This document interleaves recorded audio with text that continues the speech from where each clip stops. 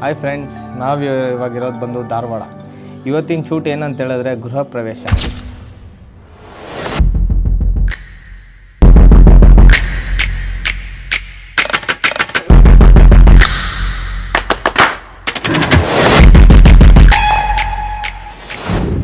ಗೃಹ ಪ್ರವೇಶ ಶೂಟ್ ಬಂದು ಟೋಟಲಿ 2 days ಆಗುತ್ತೆ ಶೂಟಿಂಗು. ಫಸ್ಟ್ ಡೇ ಬಂದ್ಬಿಟ್ಟು 5 o'clock ಹಿಡ್ದು ನೈಟು 9 o'clock ಇರುತ್ತೆ. ಅದರಲ್ಲಿ ಹೋಮ, ಆಮೇಲೆ ಮನೆ ದೇವ್ರ ಪೂಜೆ ಅದೆಲ್ಲ ನಡೆಯುತ್ತೆ. ಅದಾದಮೇಲೆ ಮಾರ್ನಿಂಗ್ ಇರುತ್ತೆ ಶೂಟು, ಒಂದು 6 o'clock ಹಂಗೆ. 6 o'clock ಅಂತ ಬಂದರೆ ನಾವು shoot ಮುಗಿಯೋದೇ may be 2 o'clock 3 o'clock ಆಗಿಬಿಡುತ್ತೆ. ಆದರೆ ಟೈಮ್ ಊಟ ಮಾಡೋಕ್ಕಾಗಲ್ಲ, ಹಂಗಾಗಿ ಇಷ್ಟೆಲ್ಲ ಇರುತ್ತೆ. ಬಟ್ ಏನಂತ ಹೇಳಿದ್ರೆ ಮಾರ್ನಿಂಗ್ ಯಾವತ್ತು ಬೇಗ ನಮಗೆ ಶೂಟ್ ಇರುತ್ತೋ ಆವತ್ತಿನ ದಿನ ನೈಟ್ ನಮಗೆ ನಿದ್ದೆನೇ ಬರೋಲ್ಲ. ಅದೇನಂತ ಗೊತ್ತಿಲ್ಲ. ಬೆಳಗಿನ ಜಾವ 5 ಗಂಟೆಗೆ ನಿದ್ದೆ ಚೆನ್ನಾಗಿ ಬರುತ್ತೆ. ಇನ್ನೊಂದೇನಂತ ಹೇಳಿದ್ರೆ ನಾನೊಬ್ಬನೇ ಈ ಶೂಟ್ನ ಮಾಡ್ತಾಯಿಲ್ಲ, ನನ್ನ ಜೊತೆ ನಮ್ಮ ಫ್ರೆಂಡು ಒಬ್ಬ ಇದ್ದಾನೆ. ಇವನು ಮನೋಜ್ ಅಂತೇಳಿ ನಮ್ಮ ಫ್ರೆಂಡು, ಇವನು ಫೋಟೋಗ್ರಾಫರೇ.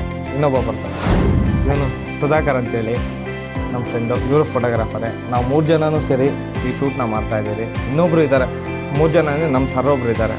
ಟೋಟಲಿ 4 ಜನ ಈ ಶೂಟ್ನ ಮಾಡ್ತಾಯಿದ್ದೀರಿ, ಈ ಗೃಹ ಪ್ರವೇಶ ಅನ್ನೋದನ್ನು.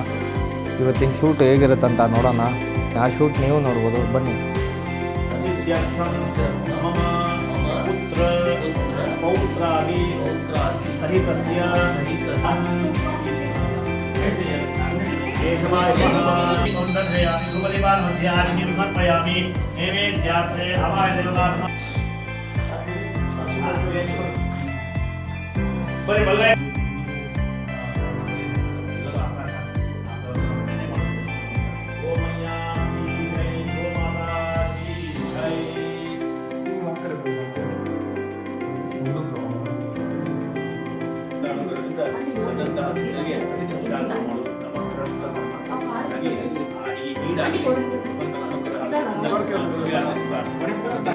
ಆದರೆ ಈ ಫೋಟೋಗ್ರಫಿ ಅನ್ನೋದು ಒಂಥರ ಚೆನ್ನಾಗಿರುತ್ತೆ.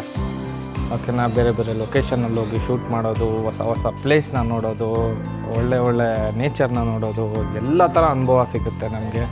ಆದರೆ ಏನು ಮಾಡೋಕ್ಕಾಗಲ್ಲ, ಒಂದೊಂದು ಕಡೆ ಊಟನೇ ಚೆನ್ನಾಗಿರಲ್ಲ, ಅದೊಂದು ಕಡೆ ಬ್ಯಾಡ್. ನಮಗೆ ಯಾವುದೇ ಫಂಕ್ಷನ್ಗೆ ಹೋಗ್ಬೇಕಂತ ಹೇಳಿದ್ರೆ ನಾವು ಹೋಗೋಕ್ಕಾಗಲ್ಲ. ಯಾಕಂದರೆ ನಾವು ಯಾವ ಫಂಕ್ಷನ್ಗೆ ಹೋಗ್ಬೇಕಂತಿರ್ತೀರೋ ಅವತ್ತಿನ ದಿನವೇ ನಮ್ಗೆ ಬೇರೆ ಕಡೆ ಶೂಟ್ ಇರುತ್ತೆ. ಹಂಗಾಗಿ ನಾವು ಶೂಟ್ ಮಾಡೋ ಫಂಕ್ಷನ್ನೇ ನಮ್ಮ ಫಂಕ್ಷನ್ ಅಂತ ನಾವು ಶೂಟ್ ಮಾಡ್ಕೊಂಡಿರ್ಬೇಕಷ್ಟೇ.